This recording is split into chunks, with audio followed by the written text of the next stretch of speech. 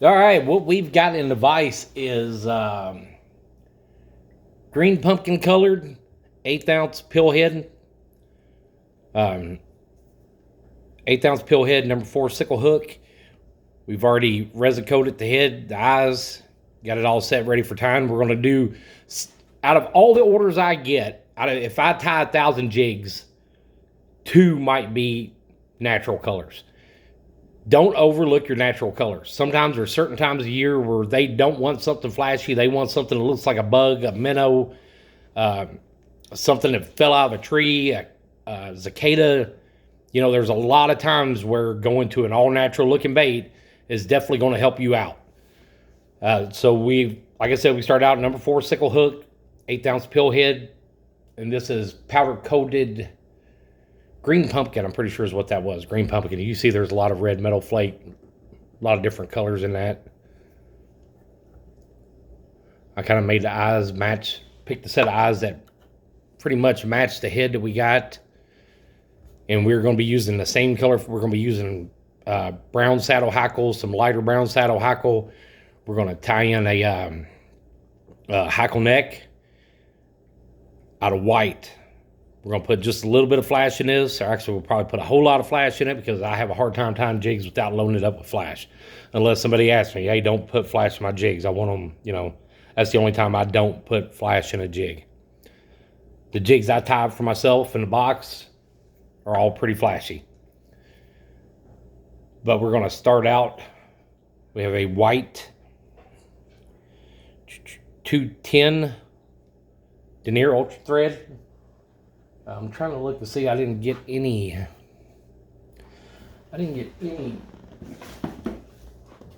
chenille ready for this. So as we tie, we'll move into the chenille. So let's get it back in focus there, and let's start out right behind the head. Let's wrap it all the way down to the point of the hook. Back up to the head, and we're going to stop right there. And we are going to tie in some olive colored flash. And I've probably got probably pretty close to 6-7 strands in that. We'll tie it in right there behind the head.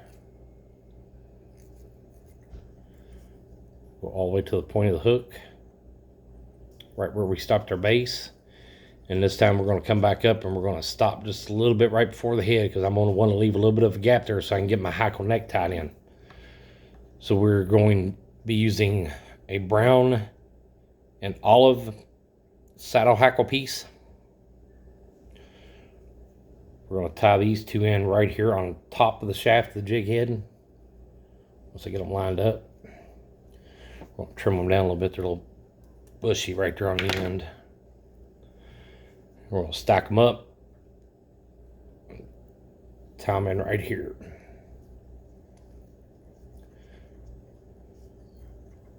And I'm using a white thread because I'm going to be tying in a white hackle neck. So we're going to kind of make it all blend in together just a little bit. Now we're going to go with another olive green piece of hackle right here on the side. And it's going to be just a little bit longer than the ones we put on the shaft of the hook, on the bottom of the shaft of the hook.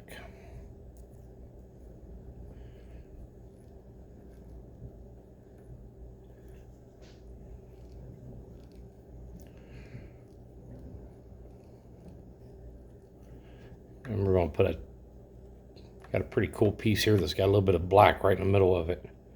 We're going to lay that right on this side. And I angle it, when I lay it on there on the side, I usually angle it toward the point of the hook when I start tying.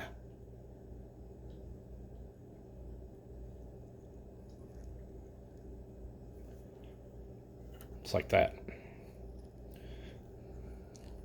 I'm going to wrap it all the way back up. I'm going to go right to there, and I'm still leaving that gap right here at the neck. That way when I tie my white feather in around the top of it right there, we got plenty of room to bury it inside there. And we are going to be using let me see.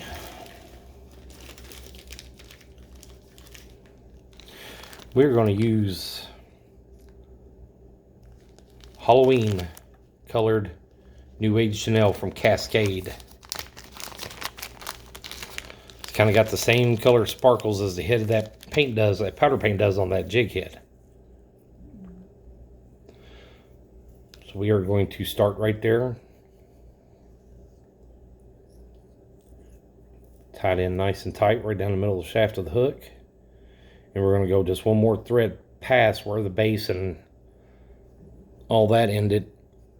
We're going to come back up. Now we're going to let our thread go ahead and fall into the neck of that gully, that valley right there at the neck. We're going to let it stop right there. So now we are going to brush on Sally Hansen's, the first one I grabbed. All these materials that I get are all available at Plateau Fly Shop. What I don't get from Plateau Fly Shop, I usually order it from Hairline Dubbin. The Cascade New Age Chanel, they have at the Fly Shop. Jig heads. Can't remember who I got that head from. I'd have to look it back up. But we're going to start wrapping that Chanel in.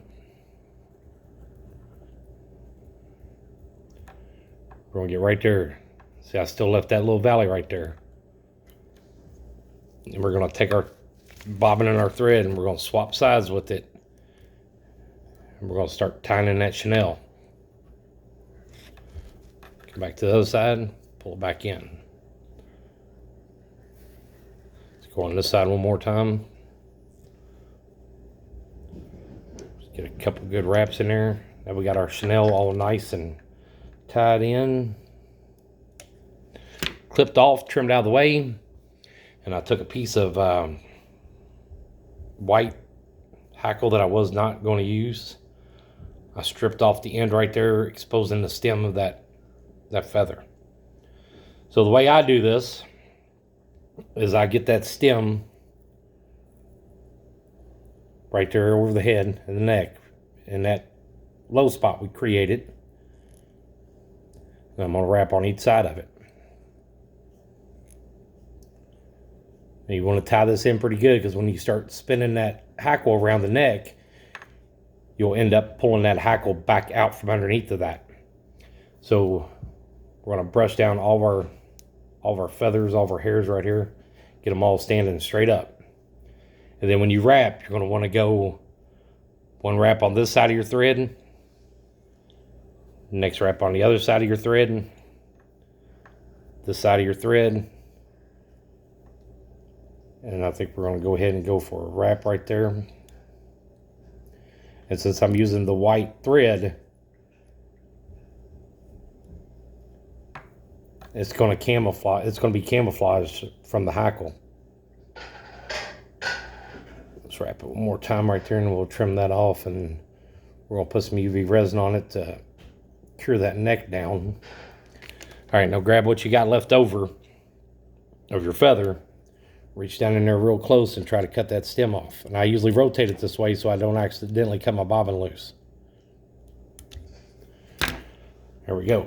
So once you got it like that, I'm going to pull all that back, exposing where that stem was. And we're going to cut that stem off. And we're going to put a couple more wraps right there, holding everything back out of your way. Now we're going to whip finish it. And on this whip finish, we're going to go kind of slow because we don't want to trap all that hair underneath that knot.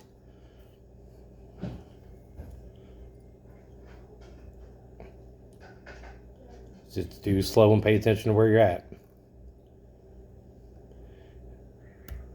And we're going to pop our bobbin back out.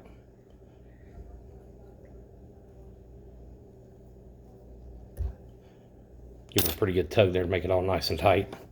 Reach in there, look for your thread, trim it off. Okay, so now we got it to that spot, and we know that piece of stem of that feather back in here by the head. So we're going to take our UV resin.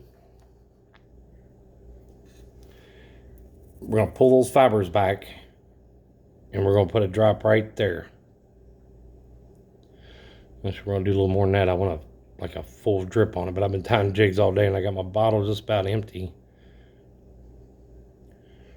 We want that thread saturated with that UV resin.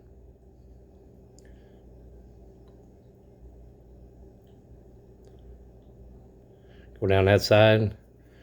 Go down this side over here. Get your UV light out.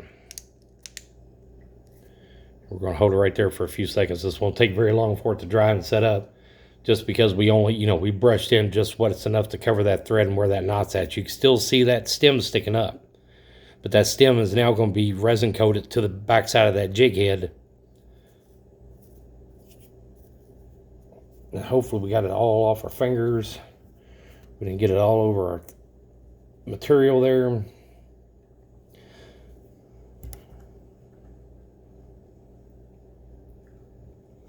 Give it a good cure.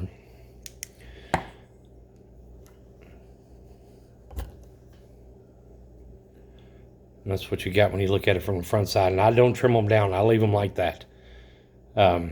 You might get bluegill to peck at it and stuff like that, but when you're retrieving that, all those fibers are going to lay back down against that body, and you're going to have that white kind of just barely covering all the rest of those colors. That's what you should end up with. Don't pass up your natural colors. They make all kinds of cool looking bright colors. Don't forget your natural colors. Natural colors are what fish are used to seeing under the water. All else fails, they ain't biting on anything you got. Try something that's a little darker, something a little more bug-like. Never hurt, you never know. But that is all I got. And tell everybody Happy New Year's. Be safe tonight. Questions, comments, let me know. Hit the thumbs up, like, share, subscribe. Happy New Year's, folks. That's all I got. I'm out of here.